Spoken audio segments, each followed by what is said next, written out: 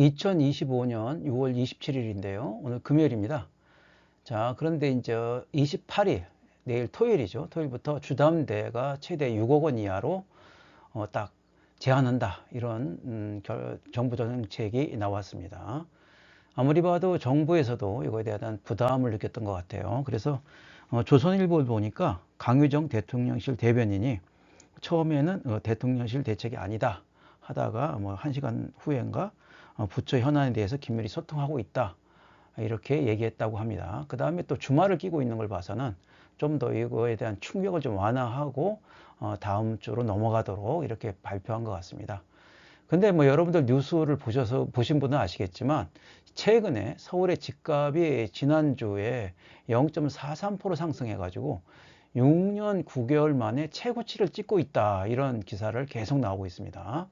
자, 이게 이제 특정 지역 아파트죠. 서울에서도 특정 지역 아파트 값이 이렇게 뛰고 있고 또 뭐 지방에서는 세종시가 또 그렇게 뛰고 있다고 합니다. 근데 이게 또 이게 뭐 아파트 값 뛰고 뭐 경제도 활성화되고 그런 문제가 없는데 뭐 여러분도 잘 아시다시피 우리나라 경제가 지금 말이 아니지 않습니까? 지금 한국은행에서는 성장률을 1.5% 잡았다가 0.8로 떨어뜨렸어요. 거의 이거는 지금 성장을 못하고 있다는 거죠. 이거 뭐 참고로 비교하면은 2009년도에 글로벌 금융위기 때가 0.8%였습니다. 그러니까 지금 거의 경제가 지금 마비 상태인데 집값만 치솟고 있는 거죠. 자, 이렇게 되니 이거 정부에서도 특단의 대책을 내놓지 않을 수가 없습니다.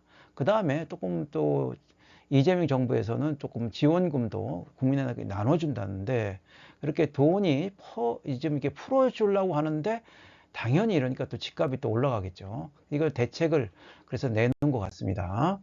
근데 여러분도 뭐 잘 아시겠지만 집값이 오르면 어떤 문제가 있습니까? 뭐 집값이 한두 채가 올라서 뭐 하는 건 문제가 안 되겠지만은 뭐 한 어떤 특정 지역의 집값은 매우 비싸지 않습니까?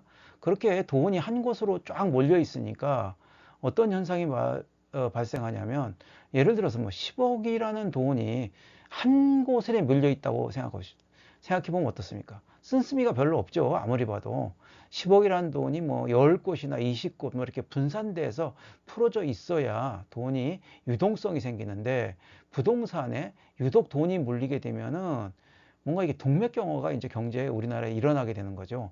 그 다음에 다른 쪽으로 가야 할 돈들이 안 움직이니까 우리나라의 경제에도 상당히 심각한, 그렇다 해도 어려운데 심각한 타격을 줄 수가 있습니다. 그 다음에 이렇게 되면 그렇다 해도 가뜩이 어려운데 보통 사람들에게 일할 의욕을 상실을 시키죠. 이것도 아주 상당히 중요한 어떤 그 우리들의 그 이슈가 되겠죠. 그 다음에 이것만 있습니까? 뭐 집값만 사람들이 그러면 관심을 갖게 됩니다. 어느 지역만 오르겠으면은 뭐 거기만 사람들이 다 관심이 있고 지금 뭐 그 집을 또 사실 분들은 어느 정도 경쟁력이 있어서 우리나라에서 직장을 잘 가지고 있는 분들이 어느 정도 집을 장만하려고 하는데 이분들이 다 집값에만 연연한다고 하면은 뭐 전체적으로 나라 경쟁력은 떨어지게 될 수뿐이 없는 겁니다. 자, 이러니 집값을 정부에서도 안 잡을 수가 없는 거죠. 자, 그래서 크게 이제 고심을 하고 주말에 집값 대책을 내놓은 것 같습니다. 자, 그래서 아직은 이제 이게 집값 대책이 참 이게 아킬레스건이죠. 집값을 잡는다는 게 쉽지 않은데 만약에 이게 좀 이재명 정부가 성공을 한다고 하면은 출발이 좋죠. 지금 이재명 정부가 시작한 지 얼마가 안 됐으니까 아마 이재명 정부의 그 입지를 강화하면서 조금은 시간을 벌어줄 것 같긴 합니다. 그 다음에 또 좋은 게 뭡니까? 나라가 지금 경제 성장률이 지금 하향세로 가고 있는데 약간의 지원 역할을 하면서 시간을 벌어줄 수 있지 않을까 하는 것이 제 생각입니다. 자, 그런데 요게 성공적인 전망도 있지만 부정적인 전망을 안 할 수가 없습니다. 저희가 지금 정권이 바뀌면서 부정적인 효과를 말씀드리는 거는 매주 그 민주당 정권이 들어서면서 집값을 떨어진 것보다는 올라가는 쪽에 상당히 많은 역할을 한 건 틀림없는 일이죠. 그런데 이게 규제를 하면 어떤 효과가 있습니까? 규제를 하면은 이 풍선 효과를 나타나게 되죠. 즉 뭐냐면 규제하는 쪽은 좀 약간 완화되는 쪽 하다가 또 옆에 지역으로 이게 그 풍선처럼 부풀어 갈 수가 있는 겁니다.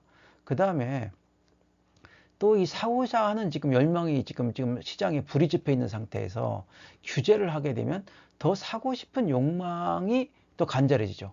이게 못 사면 조금 그런 거 있지 않습니까? 보통 우리도. 자, 그렇게 되기 때문에 이 현재로서는 뭐 당장은 지금 한두 달은 효과가 있을지 모르는데 이게 어디로 불똥이 튈지는 저도 잘 모르겠습니다.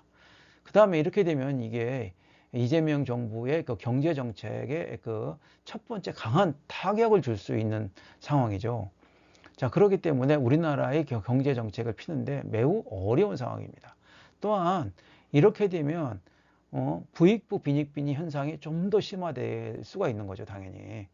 자, 그 다음에 가장 어려운 거는 한국 경제의 침몰하는 가속도가 좀 더 빨라질 수가 있는 거죠.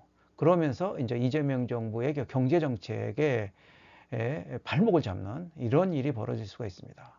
아직은 좀 더 두고 봐야 되는데 과연 이 대책을 어떻게 계속해서 성공 쪽으로 몰고 가야 되는데 그것이 가장 관건이 아니겠습니까?